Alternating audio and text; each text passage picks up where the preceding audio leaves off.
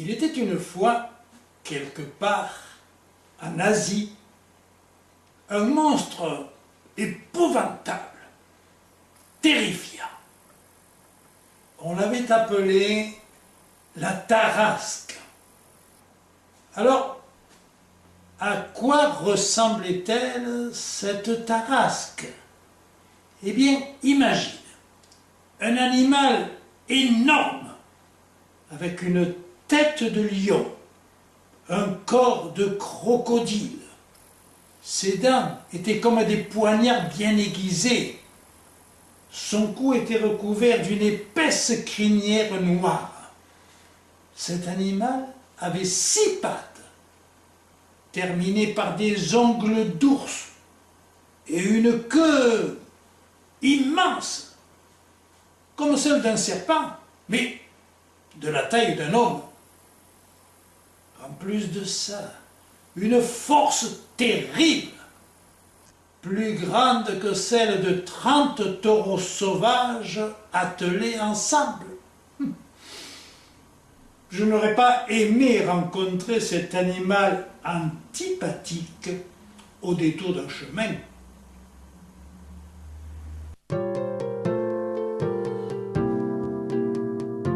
Monstre terrible, vision horrible, cet animal phénoménal, c'est la Tarasque, c'est la Tarasque. Ces cris de rage dans les villages sèment la peur et la terreur, c'est la Tarasque, c'est la Tarasque. Bête cruelle qui derrière elle traîne la mort et sans remords, c'est la Tarasque, c'est la Tarasque. Forêt profonde, la bête immonde rôde par là, évitez-la, c'est la Tarasque, c'est la Tarasque. Or, voilà qu'après avoir dévasté l'Asie, la Tarasque décide de porter la terreur sur un autre continent. Elle se jette dans la mer Méditerranée, et elle se met à nager droit devant elle. Sur son passage, l'eau devient bouillante. C'est la panique dans le monde des poissons, et même les grands mammifères marins comme le narwal ou le cachalot ne sont pas épargnés. Et même les requins. Les requins sont les plus effrayés. Par milliers, ils quittent la Méditerranée pour se réfugier dans les eaux moins dangereuses de l'océan. Et voilà qu'après plusieurs jours de voyage, la Tarasque arrive dans l'estuaire du Rhône, chez nous. On se serait bien passé de cette Tarasque-là. Oui. Voilà ce que dirent nos ancêtres provençaux. Il faut que vous sachiez qu'à cette époque, les 2 rives du Rhône étaient recouvertes par une épaisse forêt, au feuillage si dense que le soleil n'y pénétrait jamais. Alors les petits bras du Rhône entremêlés là-dessous y avaient créé de sombres marécages, lieu de repos idéal pour la Tarasque. Elle dévasta les prairies, les champs avec leurs métairies. Elle avalait à chaque repas 40 bœufs et des plus gras, 30 moutons et leurs brebis. Ce fut la ruine du pays. Ah, monsieur, qu'allons-nous devenir Quand cette horrible bête passe, c'est la dévastation dans le pays. En 3 coups de langue, elle a tondu tout notre champ de luzerne. Et en 3 coups de dents, elle a dévoré tout notre bétail. Et même le vieux mulet, qui n'était plus utile depuis longtemps, mais que nous aimions bien pourtant. J'ai vu, de mes yeux vus, une barque de pêcheurs qui descendait le Rhône.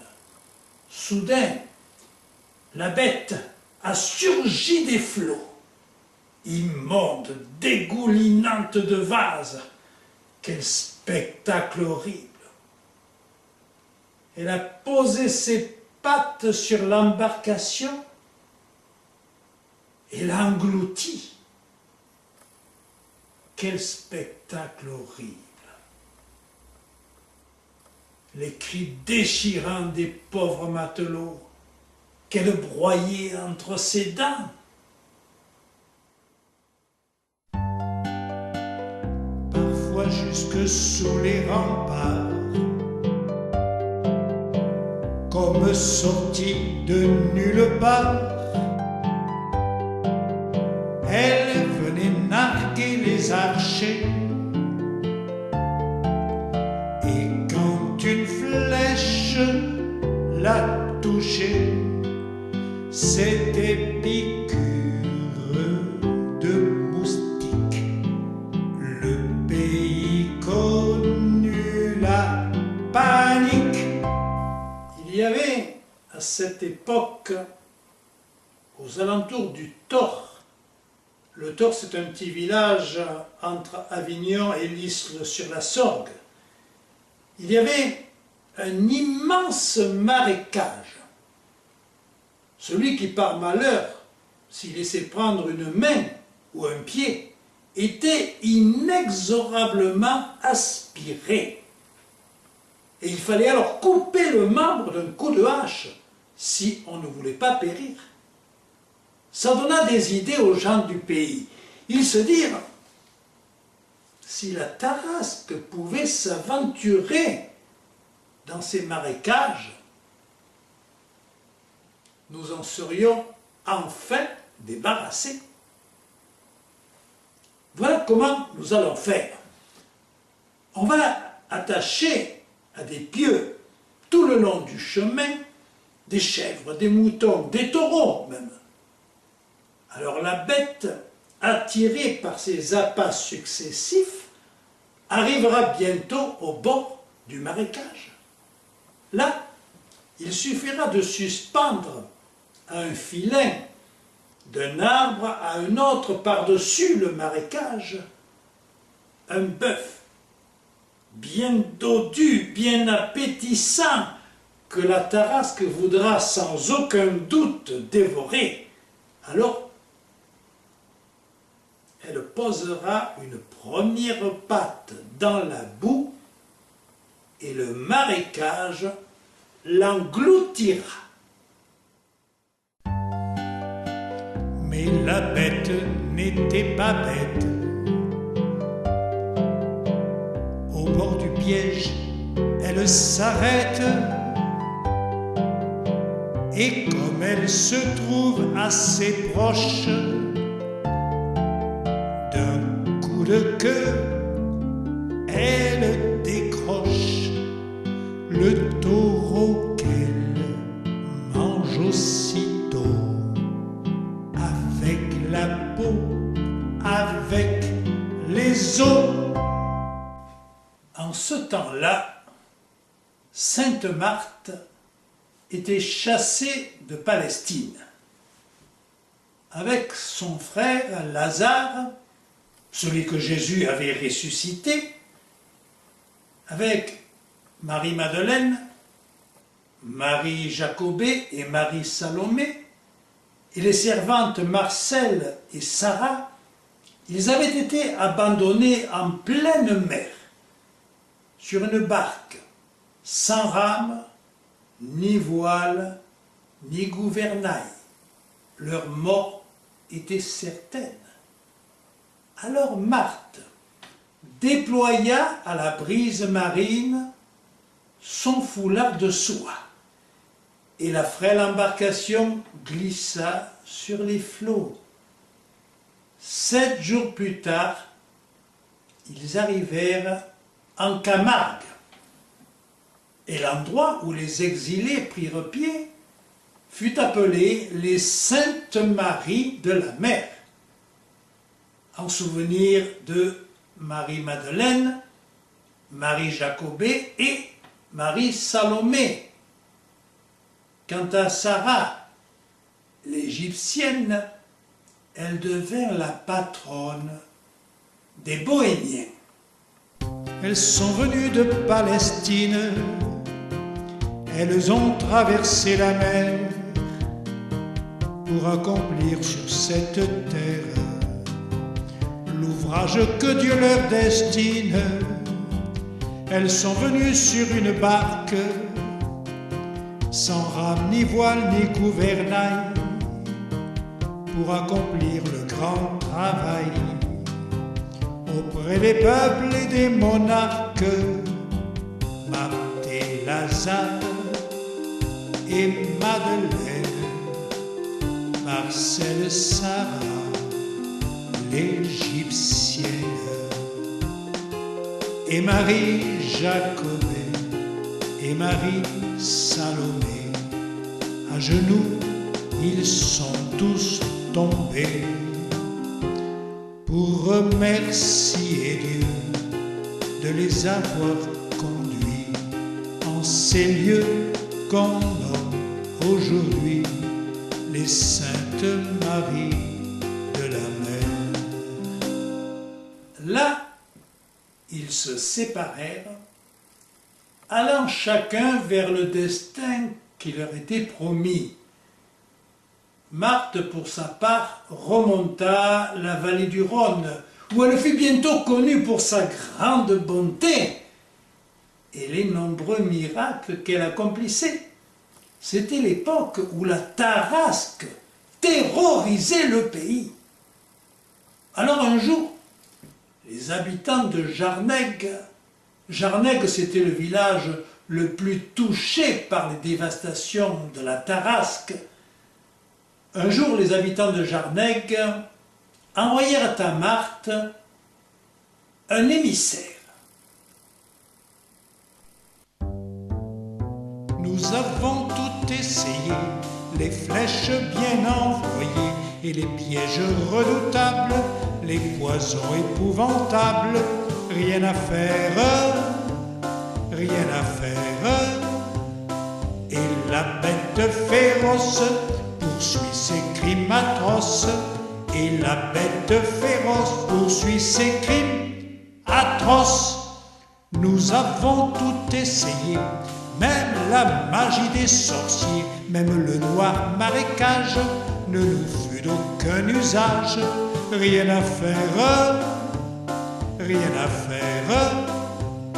Et la bête féroce poursuit ses crimes atroces, et la bête féroce poursuit ses crimes atroces. Marthe pénètre dans la sombre forêt où l'on entendait les hurlements sinistres de la Tarasque. Elle avait peur de rien, et pourtant elle était toute jeune et fragile comme une fleur des champs. Habillée d'une robe blanche, ceinturée de bleu, elle avance au cœur du marécage. Ses pieds nus ne se blessent pas aux ronces du chemin, ne se tachent même pas de boue. Et la voilà devant la Tarasque. La Tarasque achève de dévorer un jeune taureau sauvage fraîchement tué. Elle aperçoit Marthe. Ses yeux lancent des éclairs de fureur. Ses flancs se soulèvent bruyamment au rythme de sa respiration haletante. De sa gueule, dégoulinante de sang, s'échappe un horrible grognement. Sa queue fouette le sol avec colère. Elle se précipite sur cette nouvelle proie qui s'offre à elle. Alors Marthe, à bout de bras, montre la croix qu'elle porte toujours autour de son cou. La Tarasque s'arrête net. Son regard s'adoucit. Sa respiration se ralentit. Ses grognements cessent. Alors Marthe dénoue sa ceinture bleue et la passe autour du cou de la Tarasque comme un licol pour un cheval. Marthe conduisit la Tarasque ainsi domptée jusque dans les rues de Jarnègue, où la population lui fit un triomphe. Et à partir de ce jour, la ville de Jarnègue changea de nom. Elle s'appela Tarascon. La Tarasque vécut longtemps à Tarascon, où elle était devenue l'amie de tous, des petits comme des grands. Et aujourd'hui encore, à Tarascon, on célèbre son souvenir par de grandes festivités.